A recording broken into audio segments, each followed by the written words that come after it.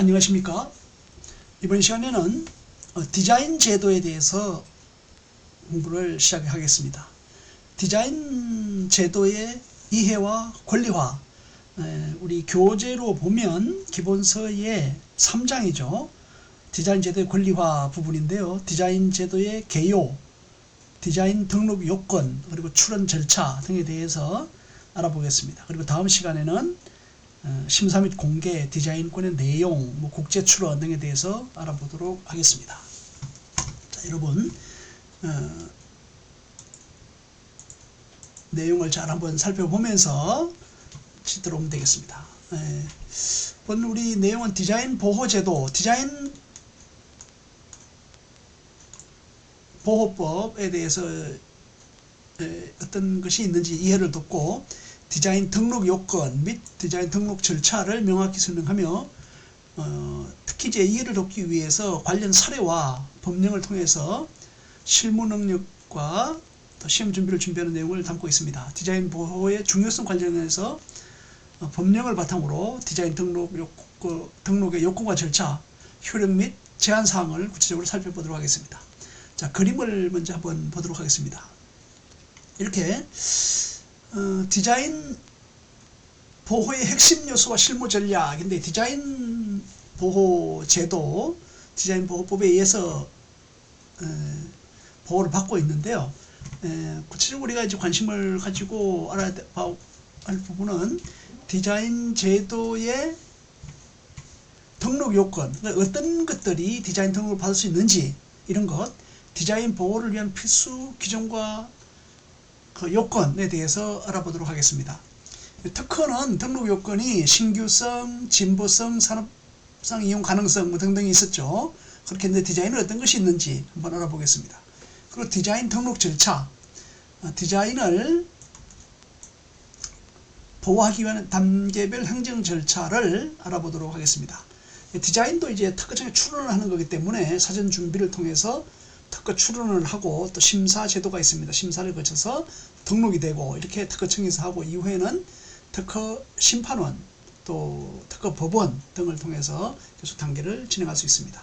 디자인 보호를 위한 법적 틀과 규정을 대략적으로 알아보겠습니다. 그럼 실무 통찰력, 우리 디자인 제도에 대해서 실무자와 수험생을 위한 실용적 조언과 전략을 같이 한번 설명을 드리도록 하겠습니다.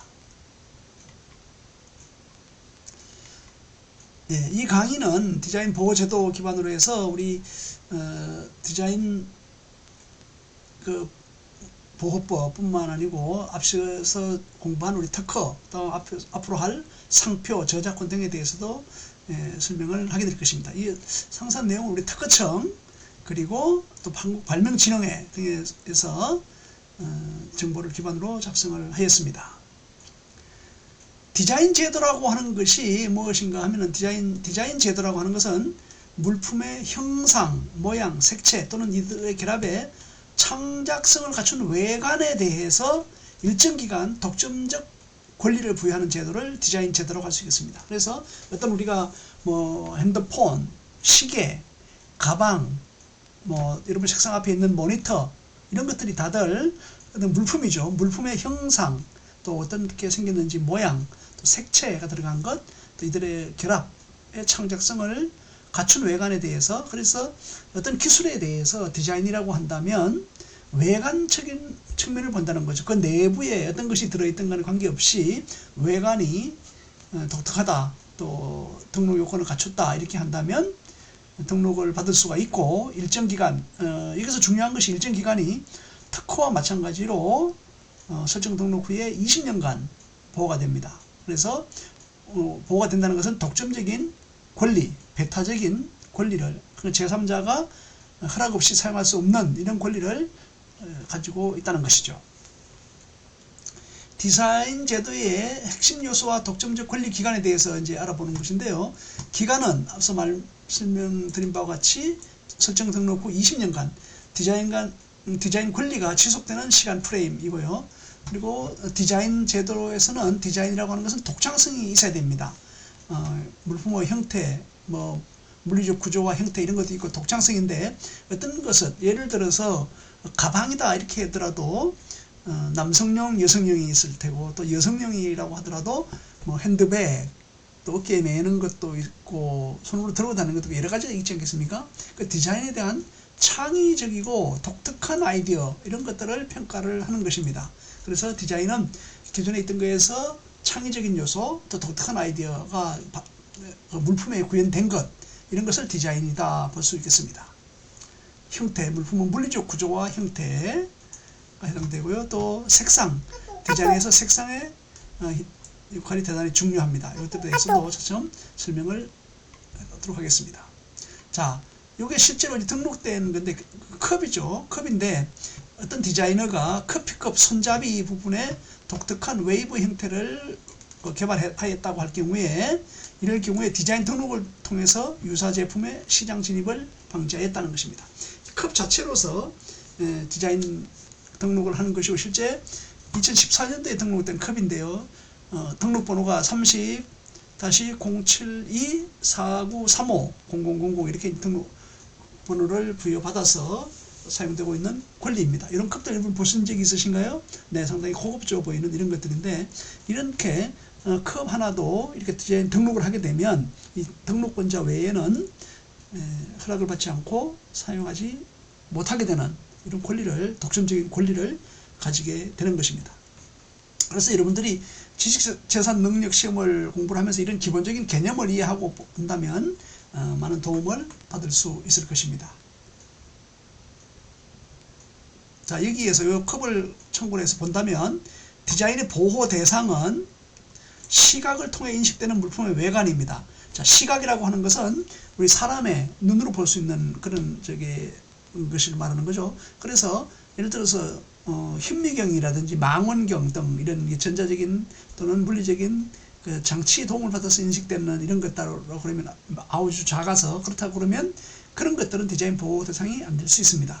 그리고 거기에서 물품의 외관, 시각을 통해서 인식될 수 있는 물품의 외관, 바깥 형태, 예를 들어서 컵 속에 어떤 뭐 동그랗게 원을 팠다든지 뭐 이런 부분들, 이런 것들이 이제 디자인을 하려면 위에서 보는 이제 평면도 입장에서 보면 속에 원이 보일 수도 있겠죠.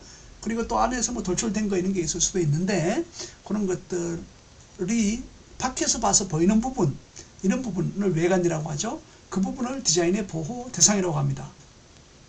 특허의 보호 대상은 발명이고, 실용신안의 보호 대상은 고안, 대발명, 소발명이라고 말씀을 드렸고, 디자인의 보호 대상은 시각을 통해 인식되는 물품의 외관이다, 이렇게 볼 수 있습니다. 디자인 보호법을 통해서 보호하는 목적을 살펴보겠습니다. 제품 외관에 대한 창작 보호 및 디자인 산업을 진흥하기 위해서 디자인을 보호하는 것입니다. 디자인 보호법 제1조 목적 제2조 정의를 참고하면 되겠습니다. 디자인 보호 구조를 그림을 통해서 한번 살펴보겠습니다. 자, 디자인 보호법, 디자인 보호를 위한 법적 틀이 되겠습니다. 그리고 디자인 보호 목적은 앞서 설명을 드렸는데, 제품 외관 보호 및 산업 진흥, 이런 부분들이 있겠습니다. 보호 대상은 시각적으로 인식되는 물품의 외관이다. 물품의 외관을 디자인으로 보호를 받는 것입니다. 요약을 한다면 디자인 보호는 기능보다 외관에 초점을 맞추며 실제 산업 제품에 적용되는 구체적인 디자인만 보호된다. 그러니까 산업이라고 한다면 농업, 공업, 수산업 등등이 있죠. 이런 제품에 적용되는 구체적인 디자인만 보호된다. 예를 들면 휴대폰이라고 여러분 생각을 하면 우리 삼성에서 나온 휴대폰, 또 아이폰, 애플에서 나온 휴대폰 다 이 디자인이 다르죠. 그런 형태, 구체적인 디자인만 보호가 되고, 또 외관에 초점을 맞추는 것이고, 또 시각으로서 인식될 수 있는 그런 물품이야 보호 대상이 된다는 것 이해해 주시기 바랍니다. 그러면 다음에는 디자인 등록 요건에 대해서 한번 알아보도록 하겠습니다. 어떤 것들이 디자인이 등록을 받을 수 있느냐? 디자인이 등록되기 위해서는 다음과 같은 요건을 충족해야 된다. 그게 3가지 또는 4가지로 구분할 수 있는데, 첫 번째, 특허에서도 있었습니다. 산업상 이용 가능성. 이것은 제품으로 반복 생산될 수 있어야 하는 것. 그래서 예를 들면 모래 같은 것으로서 어떤 형성을 만들었다, 이렇게 하더라도 그게 반복으로 생산될 수가 있지 않겠죠. 그렇기 때문에 그런 것들은 산업상 이용 가능성이 없다. 이렇게 볼 수 있습니다. 다음 디자인 등록 요건 두 번째는 신규성입니다. 특허에서도 마찬가지로 신규성이 있었죠. 이것은 범위는 국내뿐만 아니라 국내외에 공지되지 않은 새로운 디자인이어야 등록을 받을 수 있습니다. 세 번째는 창작성입니다. 이것이 이제 우리 특허와 실용신안에서는 산업상 이용 가능성, 신규성, 그리고 진보성이 있었죠. 그런데 디자인에서는 창작성입니다. 창작성은 그 수준이 통상의 디자이너가 쉽게 창작할 수 없는 디자인이어야 한다는 것입니다. 그래서 통상의 디자이너의 수준에서 쉽게 창작할 수 없는 디자인이면 등록받을 수 있습니다. 그리고 특허와 마찬가지로 선출원주의가 적용됩니다. 동일한 디자인이 복수 출원되었을 경우 선출원자에게 권리를 부여합니다. 동일한 디자인이 복수, 이것은 예를 들면 개발을 했는데 그런 것들이 누출될 수도 있겠죠.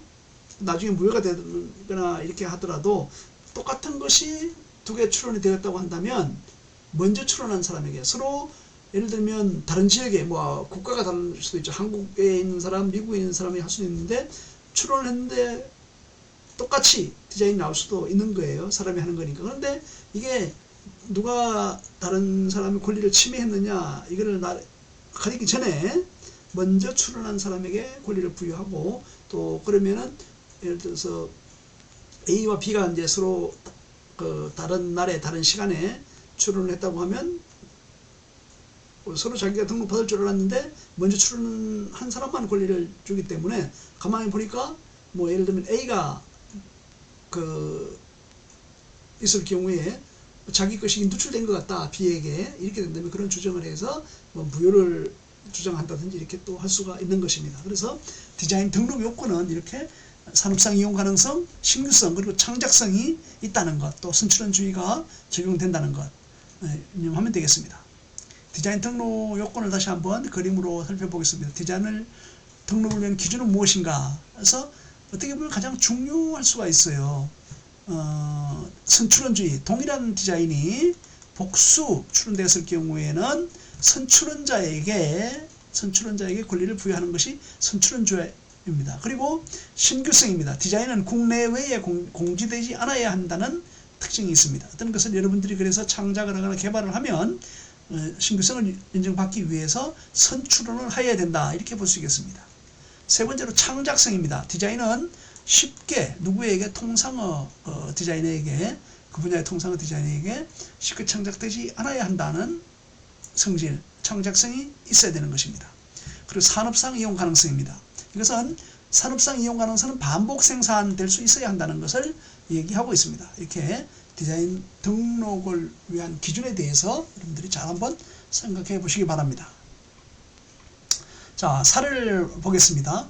B사는 투명 플라스틱 의자의 독특한 다리 구조를 디자인 등록 출원했으나, 그러니까 투명 플라스틱 의자의 독특한 다리 구조를 디자인 등록 출원했다고 한다면 이전에 유사 구조가 인터넷에 공개된 사실이 확인되어 신규성 부족으로 거절되었다. 예, 신규성은 동일 또는 유사한 것이 먼저 알려진 것, 이렇게 되면 신규성이 없다고 보는 거거든요. 그래서 신규성 부족으로 거절되었습니다. 그래서 이런 것들이 용어가 나오면 신규성에는 뭐냐, 이전에 동일 또는 유사한 것이 그런 구조가 인터넷이나 국내외에 공지된 것, 이런 것들이 있다면 그 신규성 위반이다, 이렇게 이야기할 수 있는 것입니다.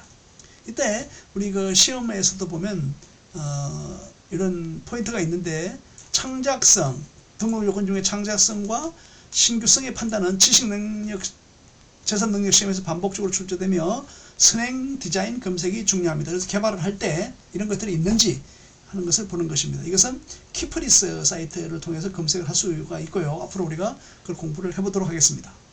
또 관련 법령입니다. 이것은 디자인보호법 3조 디자인 보호요건이라는 법령이 있고, 5조 디자인 등록을 받을 수 없는 디자인에 대해서 규정을 하고 있습니다. 요약을 한다면 디자인 등록을 위해서는 신규성과 창작성의 입증을 위한 선행 디자인 검색과 차별화 설명이 필요합니다. 자, 디자인 출원 절차를 알아보도록 하겠습니다. 특허 출원과 마찬가지로 디자인도 특허청에 출원을 해서 심사를 받고 등록을 하는 출원주의 또 심사주의가 적용이 됩니다. 디자인권 확보를 위한 등록 절차는 다음과 같습니다. 한번 살펴보겠습니다. 먼저 특허청에 디자인 출원서를 제출합니다. 디자인의 도면, 설명서, 또 창작 경위, 또 창작 경위는 이런 거예요. 예를 들어서 이 제품은 이게 뭐 어떤 제품으로서 이제 이 제품의 특징을 나타내는 것, 뭐 평면 위에서 봤을 때, 또 좌측면도나 우측면도, 이거 설명서에도 들어가고 있는데, 또 저면도, 배면도, 이런 것들을 작성하는 추론서를 특허청에 제출합니다. 전자추론이 있고 또 문서로 제출하는 그런 방법도 있습니다만은 이제 전자추론이 많이 이루어지고 있습니다. 두 번째, 형식 심사가 이루어지게 됩니다. 추론서를 제출하면 절차적 요건을 심사를 하는데, 예를 들면 발명자를 제대로 기재했는지, 또 출원인이 제대로 기재되어 있는지, 또 출원료 등의 비용을 납부를 했는지, 이런 겁니다. 그래서 그 창작자, 디자인은 특허에서는 발명자라고 그러는데 디자인은 창작자라고 그럽니다. 창작자가 예를 들면 적절한지 그 요건을 봅니다. 예를 들면 AI가 그렸다 그러면은 그것은 창작자는 사람이어야 된다는 요건이 있어서 그것은 절차적 요건 심사, 형식 심사에서 거절이 돼서 등록을 받을 수 없는 디자인이 되는 것입니다. 그리고 이렇게 하면 이제 특허청에서 등록 가능성을 판단합니다. 이걸 실체 심사라고 하는데요. 실체 심사를 통해 등록 요건 세 가지가 있었죠. 산업상 이용 가능성, 신규성, 그리고 창작성 요건을 충족하는지를 검토하는 것입니다. 그 심사하는 결과 거절 이유가 있다면 거절 이유 통지를 하게 되고, 그때는 출원인은 또 창작자는 대리인도 될 수 있고요. 의견서 및 보정서를 제출할 수 있습니다. 그래서 심사관의 거절 이유를 극복을 하면 등록을 받게 됩니다. 등록 결정이 되면 등록 결정을 특정인 문서로 통지를 하고 출원인은 설정 등록료를 납부함으로써 그 등록이 되는데, 등록을 납부를 하면 디자인권이 발생이 되고, 또 그 사실을 특허청장은 공고문을 통해서 일반에게 알리게 됩니다. 자, 이렇게 출원 절차에 대해서 알아봤는데, 이걸 한번 더 보면 프로세스를 보겠습니다. 출원서를 제출합니다. 디자인 도면과 설명서를 포함한 이제 전자출원서를 제출하고요. 그러면 절차적 요건에 대한 심사를 수행합니다.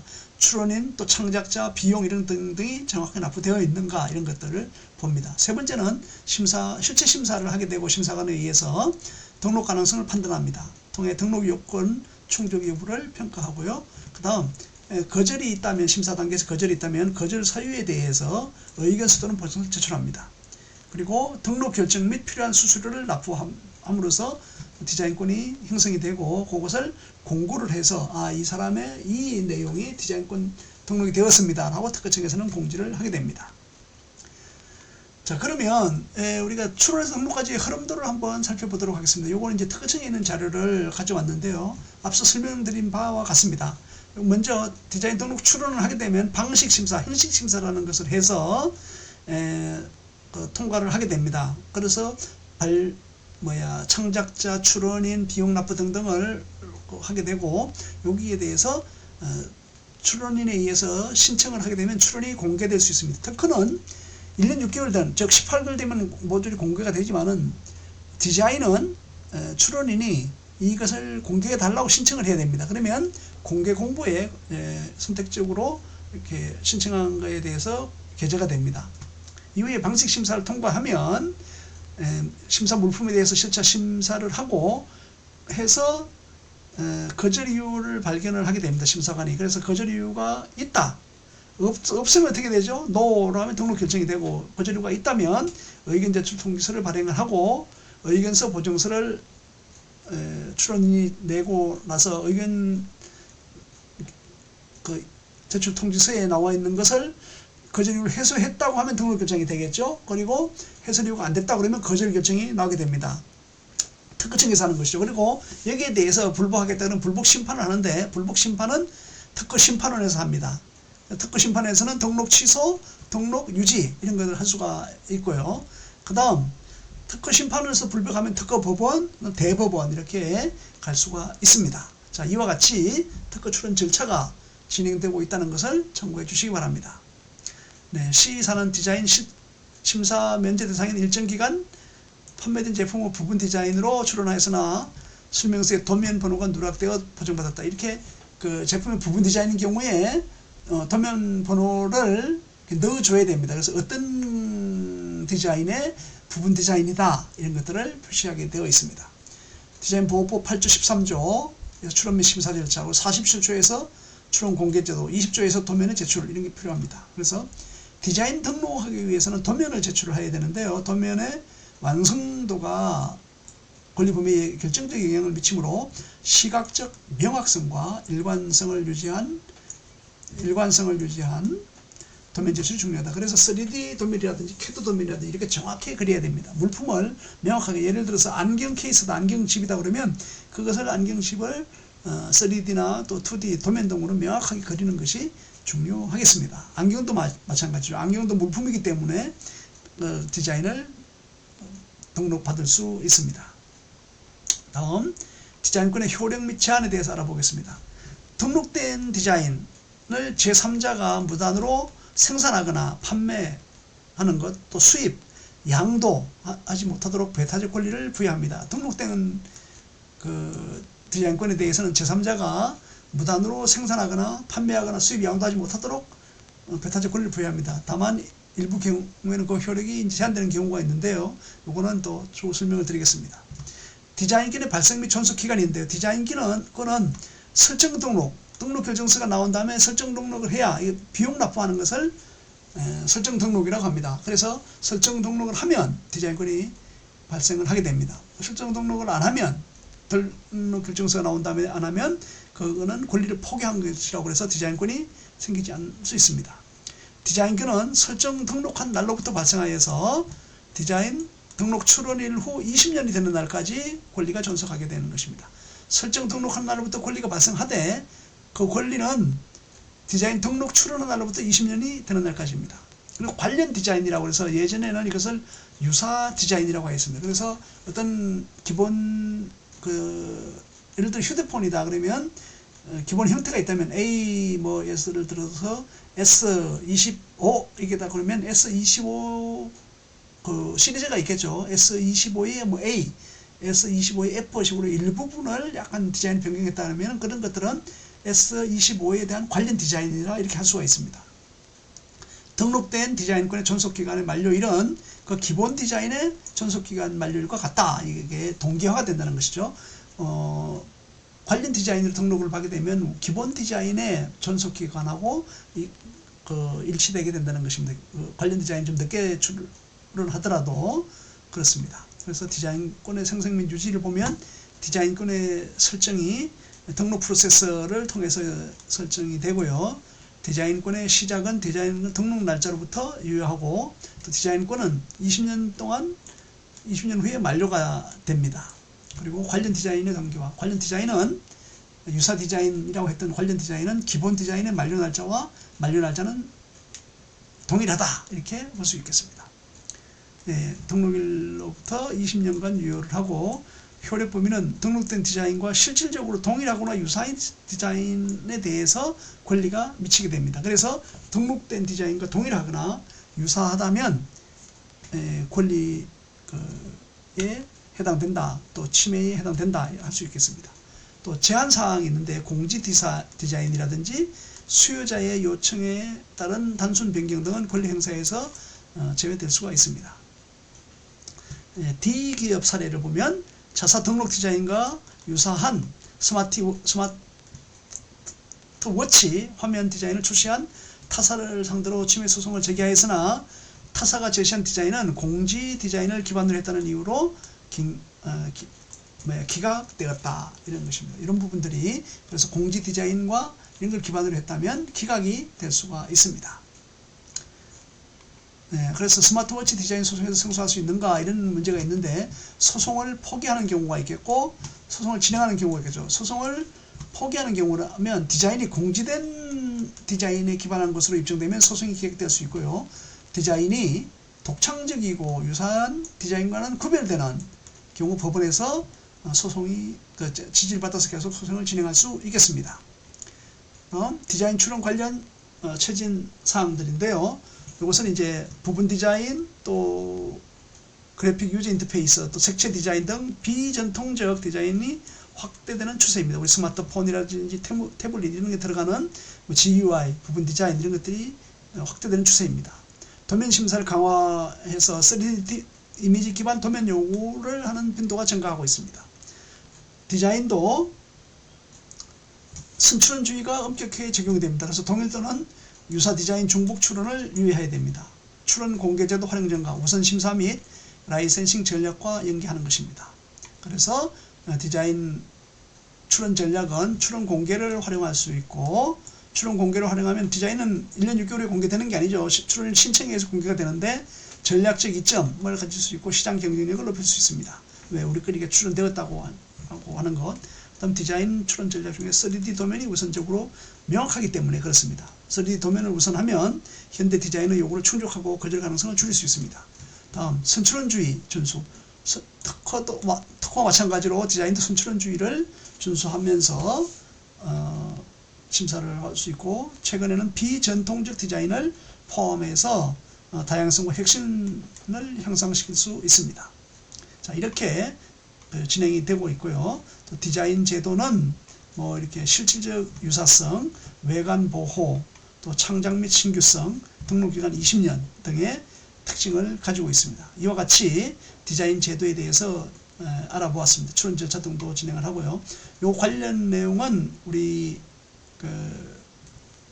도메인이나 또 한국발명진흥회 등을 찾아서 이렇게 설명했기 때문에 참고해서 학습을 하면 되겠습니다. 여러분, 기본 교재와 예상 문제를 꼭 반드시 한번 풀어보기를 바라겠습니다. 자, 수고 많았습니다.